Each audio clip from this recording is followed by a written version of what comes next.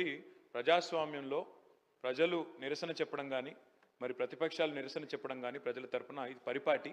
కాబట్టి కర్ణాటకలో ఉన్న కాంగ్రెస్ ప్రభుత్వం ఏదైతే ఈ సవరణలు తీసుకొస్తుందో వాటి విషయంలో మీరు ఏ నిర్ణయం తీసుకోబోతా ఉన్నారు? మీరు యథాతథంగా వారి అడుగుజాడలో నడుస్తారా ఇప్పుడే సాంబశివరావు గారు చెప్పినట్టు, లేదా మీరు ఏదైనా సవరణలు తీసుకొస్తారా, రాబోయే సమావేశాలు తీసుకొస్తారా చెప్పాలని కోరుతా ఉన్నా. రెండవది, మన ఇప్పుడు ఇందాకనే హరీష్ రావు గారు చెప్పారు, మొన్న ఈ మధ్యన సుందరయ్య విజ్ఞాన్ భవన్లో పౌర హక్కుల కేంద్రం వాళ్ళు ఒక సభ పెట్టుకుంటామంటే కూడా పోలీసు వాళ్ళు అనుమతి ఇవ్వలేదు. ఇలాంటి పరిస్థితి ఈరోజు రాష్ట్రంలో కూడా చాలాసార్లు చూస్తూ ఉన్నాం. ముఖ్యంగా సోషల్ మీడియాలో పోస్టులు పెడితే కూడా డిలీట్ చేయమని ఒత్తిళ్లు ఇలాంటివన్నీ జరుగుతూ ఉన్నాయి. అనధికారిక ఒత్తిడి, అనధికార బలోప్రయోగం, అనధికారికంగా చేయడం ఇది కరెక్ట్ కాదు. ఇది కూడా ప్రభుత్వం కన్సిడరేషన్లో తీసుకోవాలా. చట్టాలను దుర్వినియోగం చేసే పరిస్థితి ఉంటే కూడా తప్పకుండా ప్రభుత్వం చూడాలి. మూడవది, మీరు అన్నారు కఠిన చర్యలు తీసుకుంటాం అసెంబ్లీ ప్రాంగణంలో ఎక్కడైనా మార్ఫింగ్ కానీ ఇంకోటి కానీ జరిగితే. మాకు అభ్యంతరం లేదు అధ్యక్ష. కాకపోతే ఒకటి మాత్రం స్పష్టంగా మీకు గుర్తు చేస్తా ఉన్నా, పార్లమెంట్లో సభ్యులుగా పనిచేసిన ఉత్తమ్ కుమార్ రెడ్డి గారు ఉన్నారు, పొన్నం ప్రభాకర్ గారు ఉన్నారు, ఇంకా చాలామంది గతంలో పార్లమెంట్లో పనిచేసిన వాళ్ళు, మా ప్రభాకర్ రెడ్డి గారు ఉన్నారు, ఇంకా ఇతరులు ఉన్నారు. పార్లమెంట్లో అధ్యక్ష మీరు తెలుసుకోండి కావాలంటే శ్రీధర్ బాబు గారు, you can talk to the secretary general, they will give you the information. పార్లమెంట్లో గౌరవ సభ్యులు, ఎందుకంటే అక్కడ ఉన్న పార్టీ, అక్కడ ఉన్న ప్రభుత్వము ప్రతిపక్షాలను చూపెట్టడం లేదు, కెమెరాలు తిప్పేస్తున్నారు, ఇంకేటో చూపెడుతున్నారు.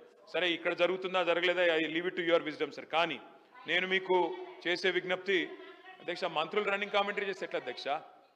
ట్రెజరీ బెంచెస్ అది కూడా మంత్రులు రన్నింగ్ కామెంటరీ ఏంది అధ్యక్ష? అధ్యక్ష మినిస్టర్ గారు, గౌరవం అనేది గౌరవానికి సంబంధించిన అంశం అన్నారు అధ్యక్ష. నేను ఒకటి గుర్తు చేస్తా ఉన్నా అధ్యక్ష, మీరు పార్లమెంట్ ప్రొసీజర్స్ చూడండి. పార్లమెంట్లో ఉత్తమ్ కుమార్ రెడ్డి గారిని అడగండి, లేదా అక్కడ పనిచేసిన వెంకటరెడ్డి గారిని అడగండి, ప్రభాకర్ రెడ్డి గారిని అడగండి, ఇతర సభ్యులను కూడా అడగండి. అక్కడ రేవంత్ రెడ్డి గారు కూడా పార్లమెంట్ సభ్యుడిగా పనిచేస్తున్నారు, వారికి కూడా తెలుసు.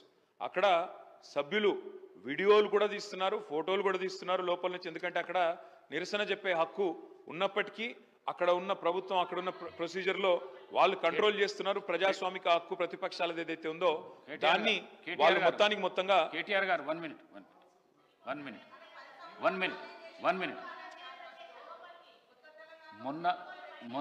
మొన్న హాల్లో తీసిన వీడియో ఏదైతున్నదో మీకు మేము పంపిస్తాము.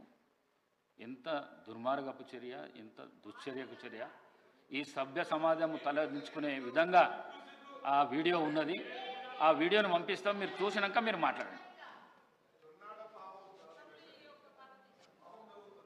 స్పీకర్ సార్, సభ బాగా నడవాలి అంటే ట్రెజరీ బెంచెస్కి ఓపిక ఉండాలి. ఎందుకంటే ప్రతిపక్షాల తరఫున తప్పకుండా మేము మాట్లాడాలి, ప్రజల తరఫున మాట్లాడతాం, కానీ ట్రెజరీ బెంచెస్కి ఓపిక ఉండాలి. ఇవాళ ఫ్రస్ట్రేషన్ ఎవరికుందో కనబడతా ఉంది మేడం. ఎందుకంటే ఇక్కడ ఏం మాట్లాడకుండా కూర్చున్న మా అక్కల మీద నోటికొచ్చినట్టు మాట్లాడింది ఎవరో చూసాం, నోటికొచ్చినట్టు నోరు పారేసుకున్నది ఎవరో చూసాం. ఆ తర్వాత కూడా మేము ఇక్కడ నుంచి పోయిన తర్వాత కూడా నోటికొచ్చినట్టు మళ్ళీ దూషించింది ఎవరో చూసాము. ముందేమో అక్కలు ముంచుతారన్నారు, ఆ తర్వాతనేమో అక్కలను మేము ముంచుతామని మాట్లాడింది. 5 నిమిషాల్లో ఊసర వెళ్ళి రంగులు మార్చింది. మినిస్టర్ గారు, సబ్జెక్ట్ మాట్లాడండి, డివియేషన్ కాకండి. సబ్జెక్ట్ మాట్లాడండి. స్పీకర్ సార్, కేవలం మనకి ఇష్టం లేని మాత్రమే మనం కామెంట్ చేస్తామంటే కుదరదు సార్. ఇవాళ రెండు వైపులా చూడండి, నేను సబ్జెక్టే మాట్లాడుతున్నాను. రెండు వైపులా చూడండి, అందరికీ ఆదేశాలు ఇవ్వండి, భాషని ఉద్వేగాల్ని నియంత్రించుకోమని చెప్పండి. ఓపిక ఎక్కువ వాళ్ళకు ఉండాలి, దయచేసి ఆలోచించుకొని సమయంతో ఉండమని చెప్పండి. అది ముఖ్యమంత్రి గారి నుంచి మొదలు పెడితే అందరికీ ఉండాలి. నంబర్ 1. నంబర్ 2, అధ్యక్ష, పోలీస్ వాళ్ళు ఈ మధ్యన సుందరయ్య విజ్ఞాన్ కేంద్రంలో పౌర హక్కుల సంఘం వాళ్ళు మీటింగ్ పెట్టుకుంటామంటే ఆ విషయంలో వారు మరి ఏ చట్టం పెట్టుకుని వాళ్ళని నిరాకరించారో తెలియదు, వాళ్ళు బాధపడతా ఉన్నారు. దయచేసి ఇలాంటి సంఘటనలు పునరావృతం కాకుండా చూడండి. అధ్యక్ష, ఇప్పుడే మంత్రి గారు మాట్లాడుతూ ఒక ఆధునికమైన హైకోర్టు కడతామని చెప్పారు. అధ్యక్ష, అధ్యక్ష ఈ రన్నింగ్ కామెంటరీ మంత్రులు చేయడమే సార్, ఇది ఎక్కడ చూడలేదు నేను. అధ్యక్ష, ఇంకొక మాట అధ్యక్ష, హైకోర్టు భవనం ఆధునికంగా కడతామన్నారు, వి వెల్కమ్ ఇట్. కాకపోతే అధ్యక్ష, ప్రొఫెసర్ జయశంకర్ వ్యవసాయ విశ్వవిద్యాలయ విద్యార్థులు ఒకరోజు కాదు అధ్యక్ష, దాదాపు 100 రోజులు తమ వ్యవసాయ విశ్వవిద్యాలయ భూములు తీసుకోవద్దు, మా భూముల్లో కాకుండా ఇంకెక్కడైనా కట్టండి హైకోర్టు అని చెప్పి వారు ఆందోళన కూడా చేశారు. నేను రాష్ట్ర ప్రభుత్వ దృష్టికి తీసుకొని వస్తా ఉన్నా. వ్యవసాయ విశ్వవిద్యాలయంలో జరగాల్సింది పరిశోధనలు, వ్యవసాయ విశ్వవిద్యాలయంలో జరగాల్సింది సాంకేతికపరమైన ఆలోచనలు, దానికి భూమి కూడా అవసరం సార్. ఎందుకంటే అక్కడ ఫీల్డ్ ఎక్స్పెరిమెంట్స్ చేయాలి.